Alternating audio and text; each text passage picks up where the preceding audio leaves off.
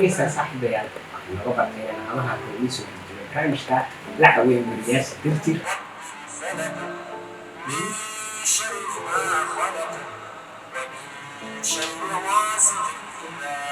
والله قفل بقى oo qoyskiisa ah ama Soomaaliyeed sidoo uga damqanayo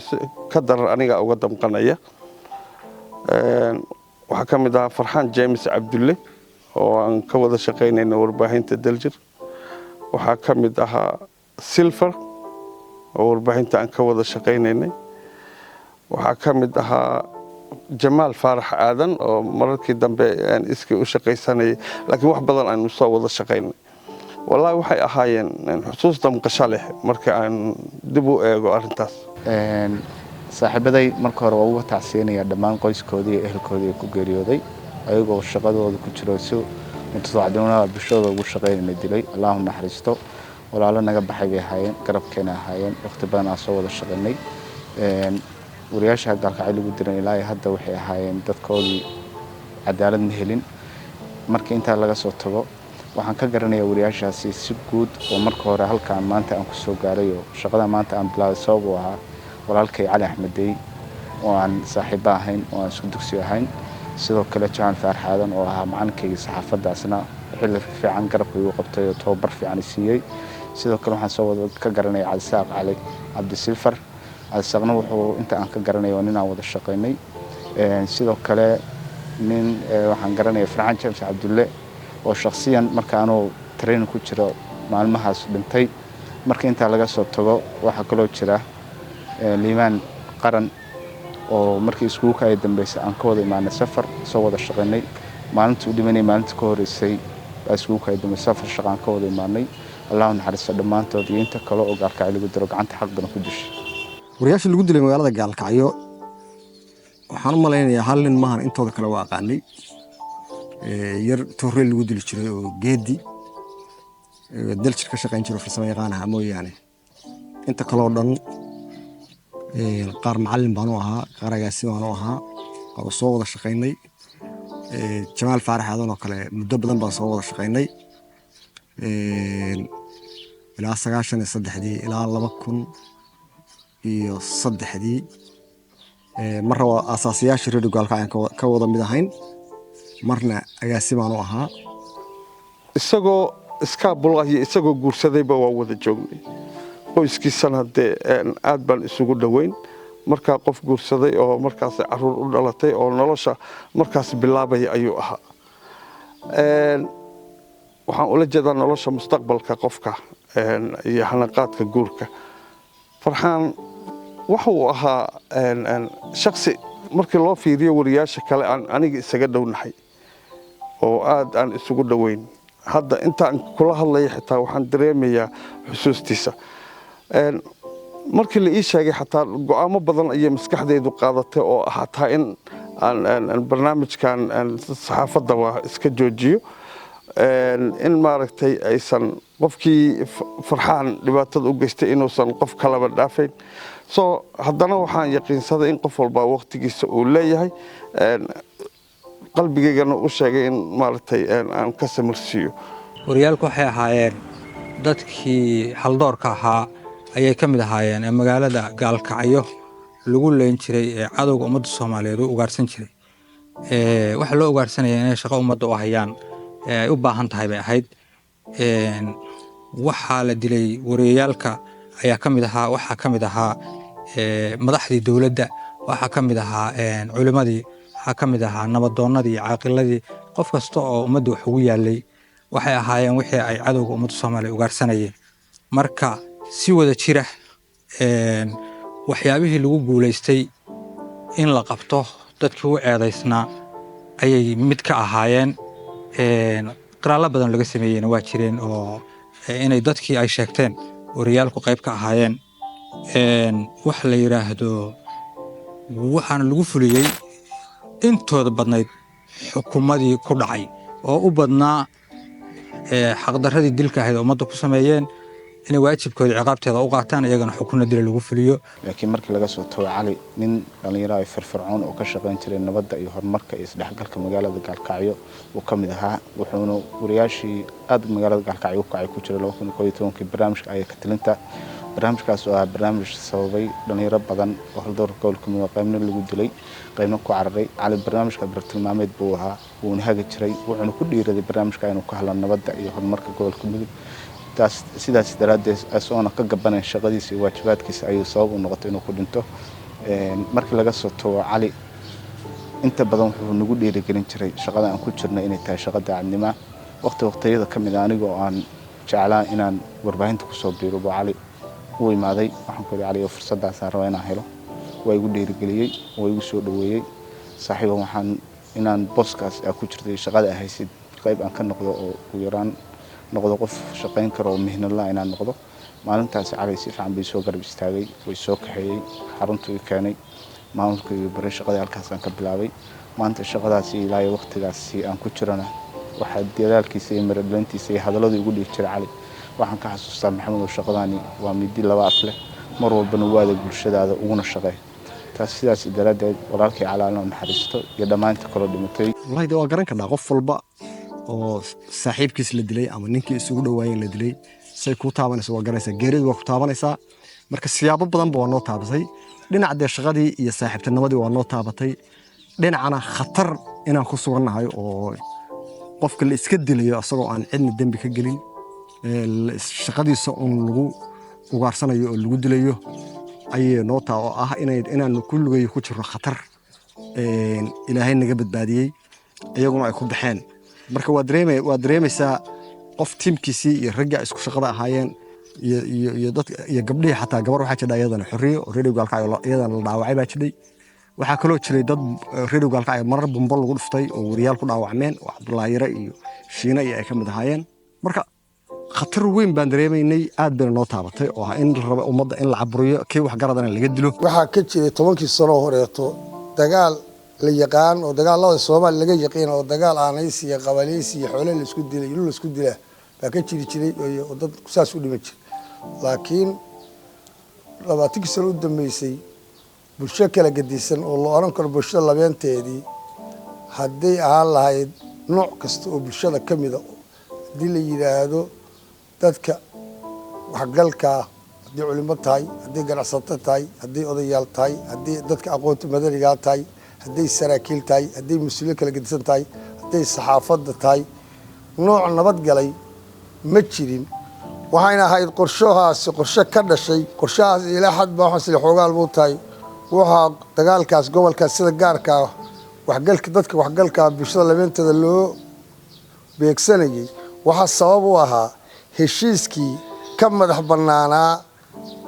waxyaalahan loo yaqaan bulshada caalamka ka madax bannaanaa ee gobolka mudug uu soo wada degay taas baa waxay keentay cadaawad gobolka u keentay si dad Soomaaliyeed ayagoo aan dhexdhexaadin la isku keenin waxay ka wada hadlayaan aan loo yeelin si intay isku yimaadeen heshiis u qaateen dalkoodii iyo dadkoodii u mideeyeen taasa waxay dhashay in la yiraahdo marka dadka waxgalka ee fakar kale ee samir kale ee gudbi karo oo caqabad ka gudbi karo laga dhameeyo taasina kamid ahaayay wariyaasha gaarkii weydiisay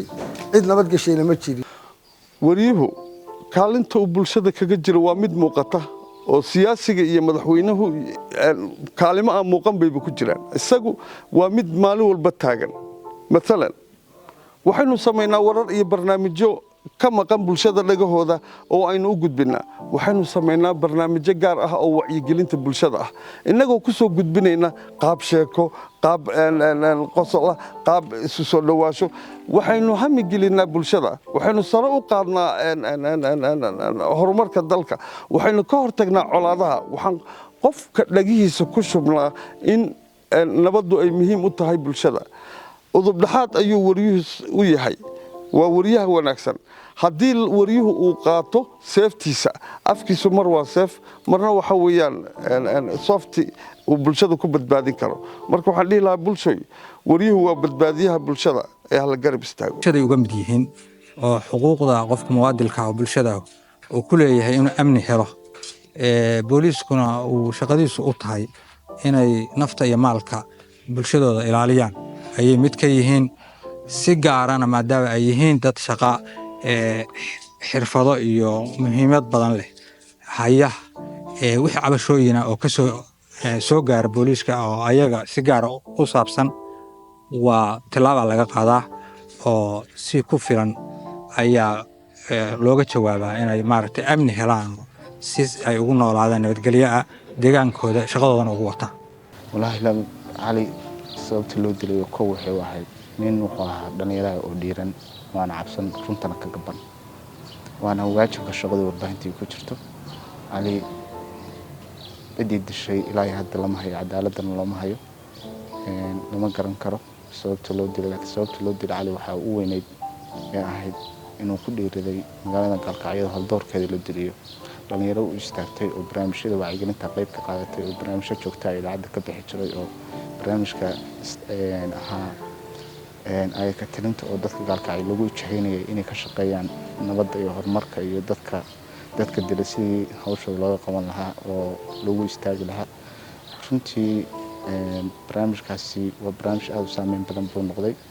calina maalintaasi wuxuu ahaa dhalinyarada aan ka gaabin oo u istaagay oo isagoo mihnadiisa warbaahinta ku jira haddana dan qasho aan isdhihi karay damiirkiisa inta nool badbaadadooda uu ka shaqaynayay laakiin sababteeda ay noqotay in lagu dilo ilaahay maantana wax baaritaan iyo wax kiiskiisa la hayo ma jiro iska tuhmo iyo mar baa la sheegay laakiin wax rasmi oo ka soo baxay maalintu cali dhintay oo godka aan dhignay baan ugu dambeysay warkiisa iyo geeridiisa iyo feelkiisa wax sii wada lamana hayo dhibanayaashii waa dadkii qaraalada ahaa oo la arkayna oo yiri dadka Gaalkacyo dili jireen shacabkooda dili jireen soo bandhigana kiiskiisa kuma jira cali markii ilaahay hadda cali meesha uu jiro xaalkiisa iyo warkiisa lama garanayo sida aynu u soo joognay inagoo dhan maxkamadihii shabaabka la saarayay Gaalkacyo intooda badan waxaa sheegtay raggaas inay dileen markii hore oo la dilayna warbaahinta shabaabka lagu soo qori jiray meelaha ay ku sheegtaan intooda badan markii dambe oo maxkamadihii Gaalkacyo ka dhacay oo tiimkii shabaabka la saarayna way sheegteen inay dileen intooda badan marka gacan shabaab bay ku baxeen ilaa hadda intaan ogna cidda sheegatay laakiin way jiraan baan u maleynayaa hal iyo laba inay yihiin baan u maleynayaa oo aan caddayn karin cidda sheegatay laakiin intooda kale dhammaantood waxay ku baxeen ururka al-shabaab qof walba oo aqli leh wuu ka dheragsan yahay qofkan maxaa loo dilay qofkan ma ahayn qof qori wata ma ahayn qof dagaalamaya mihnadooda iyo shaqadooda ay bulshada u hayaan u bal target looga dhigtay haddana waxaan kuu sheegayaa qof walba wariyaa waa target dadkan ayaga ayaa noloshooda ilaahay hayaa qof walba wariya ah waa target mihnadii iyo shaqadii ay bulshada u hayeen ayay u dhinteen baan is oran karaa cid ay dakana ka galeen ma jiraan horta qofka bilaadanka waa cabsadaa laakiin qofka wariyaha markuu shaqadan soo galayo wuxuu og yahay shaqadan uu ku jiro inay tahay shaqo dhib badan shaqadaas oo ah inaad bulshadaada u shaqaysid cabsidu si walba kugu noqotay laakiin marnaba annagu cabsi walba oo jirtay shaqo walba oo noo socotay shaqadeena iyo mihnadeeda marna naguma hor istaagin way jiraan rag badan oo saaxiibaday oo xaaladaasi saameysay oo wadanka iskaga tagay qaybtood magaalooyin kale u bedeshay laakiin annagu marxaladaasi iyo duruufahaas waxaan ku goos adeegnay inaan u shaqeyno bulshadeena waxaan aaminsanahay oo aniga sidaan maxamed shakhsiyan u aaminsanahay qadarta alle inaan maalinteedii waqtigii aan dhimanay laakiin inta ka horeysa aanan ka cabsanin wadka aan fadhino idaacadda Gaalkacyood waxaa la keenay 93 heshiiskii markuu dhacay idaacadda waxay ku shaqeyn jireen saldhigga booliska halkan xarunta waqti dama loo soo wareejiyay idaacaddaas waxay qabatay shaqo idaacadaha ama maanta qalabyada warka la isku gaarsiiyo oo Soomaaliya dhan ka jira waxaas qaban bay qabatay waxay ahayd shayga kaliya aan u adeegsan jirnay shirarka waxa ka soo baxa wacyigelinta ama haddii ilaahay ku rooyahay tawjiiha dadka jaayinta loo jahaynayo maadaama meegashaan ay ahayd meel kumayaal nin ku dhinteen dadkii isdilayna asagoo hubka laga dhigin la isku keenay oo la mideynayay oo la wada dejinayay magaalada marka taas ma ay suurta gashin hadday idaacaddaas shaqaynayn horta wariyaashu iyo dad badan oo waxgarad ah aqoonyahan la odayaal leh waxgarad leh culummo leh ganacsato leh dhalinyaro leh haween leh oo gaalkacyo lagu dili jiray 18 sano waxaan u malaynayaa 2020 baa u horeysay haddaan khaldanay in la soo qabto dadka dili jiray oo maxkamad la keeno xilligii dowladdii xilligiisa hore ee Saciid Cabdullaahi xukuumaddiisa awoodday saadhay in halkan la keeno dad hawshaas qabta oo dad loo maxkamadeeyo oo sharciga la hor keeno oo lagu fuliyo marka wariyaashu waxay ka mid ahaayeen marka dadka dhibanaha u ahaa in dilalku isaga socdaan oo la dilo bay qayb ka ahaayeen gaalkacyo marka dilal badan baa ka dhici jiray oo aad fara badan waa garanaysaa waynu wada joognay oo qarax leh oo dil leh oo ugaarsi leh oo ummadda waxgaradkeedoo dhan iyo indheergaradkeedoo dhan iyo culummadeeda iyo dhalinyaradeeda iyo waxgaradka iyo aqoon-yahankeedaba marka wariyaashuna kuwaasay ka mid ahaayeen muhiimadda u tahay warbaahinta badbaadintooda horta warbaahintu badbaadada koobaad qofka wariyaha shaqadiisa iyo waajibaadkiisa waxa weeye inuu u shaqeeyo danaha bulshada ka shaqeeyo ma ahan wax shardi ah oo cid ay ka sugayaan laakiin amniga iyo xaaladda guud ee waddanka ka jiray waaqiciga ka jiray saameyntooda markii loo fiirsho warbaahintu waa mar walba amnigooda iyo badbaadintooda waa dhexdhexaadnimada inay ilaaliyaan dhexdhexaadnimadaas waxay mar walba kuu sababsaa inaad mar walba riskigii iyo khatartii aad ku jirta kaga fogaatid dhexdhexaadna hadda markaa lasii dhaahna dhexdhexaadnimada dad baa waxay u arkayaan bilcagsigaasna mar walbaba dhan walbaba waxaa kaaga imaanaysa caqabado badan caqabadahaas oo ah haddii aad mar walbaba aad raadisid ama xogtii aad isku dheelitirtid waxay keeni kartaa qole inaad ka farxisid qolena inay u aragto dhibaato sidaas darteed amniga warbaahintu waxay ku xiran tahay waaqiciga guud ee dalkan aan ku sugannahay ama ku shaqaynayno sidoo hadba marxaladiisa u noqdo marka duruufahaas aan ku shaqaynaynay waqtiyadaas aan ku shaqaynaynay welina ay sii jiraan waxaan is rajaynayaa waqti inay imaan doonto waddan xasiloon oo amni ah oo warbaahinta xor ka tahay oo ka shaqayn karta in la gaari doono aniga markii aan iska hadlo 3 wariye oo ila shaqaynaysa ayaa dhimatay oo gacan ka xaq daran ay dishay oo aan isku wakaalad ka shaqaynaynay anigu cabsi ima gelin waxaan yaqiinsanahay in waqtigayga aan dhimanayo laakiin waxaan kuu sheegayaa iyagoo gacan ka xaq daran ay dishay oo mihnadii ay bulshada u hayeen iyo wararkii iyo barnaamijyadii iyo shaqadii bulshada ay u hayeen ayay u dhinteen laakiin saameyntooda iyo xusuustooda marna igama guurayso suxufiyiinta Soomaaliyeed oo dhan dilalka ka dhacay oo loo geystay muqdisho iyo gaalkacyo ugu dilal badan marka gaalkacyo dilalka ka dhacay ama Puntland aad bay noo taabanaysay shaqada amniga in xaqiiqda laga hadlo waxa jira iyo in shaqadii saxaafaddu ay sii horumardo oo si xor ah loo hadlo waa taabanaysaa siyaabo badan bay ku taabanaysaa aniga kaliya ma ahana waa wixii ka shaqeynaya oo dhan warbaahinta oo dhan oo Puntland iyo Soomaaliya waxaan isleeyahay markii ugu fiicneed oo la soo maro ayay tahay wariyaalka iyo booliska ama dhammaan saxaafaddaba xiriir wanaagsan baa ka dhaxeeya wada shaqeyn baa ka dhaxaysa wariyaalku iyaguna bulshadu shaqay u hayaan booliskuna shaqo u hayaa waxaana ka dhaxeeya xiriirkooduna waa wanaagsan yahay xogta waa kala qaataan wixii caqabadoo timaadana si wada jir ah u xalliyaan aad iyo aad bay u wanaagsan tahay 100%. wariyaalka waxaan ugu baaqayaa haldoorka bulshada tihiin waxaadna tihiin dadka la higsanayo xagaya inaad idinkuna si muwaadinimo wadaniyeed leh aad uga shaqaysaan saxaafaddu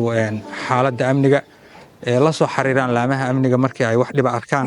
wacyigelinta dadka ay ka qayb qaataan wax la yiraahdo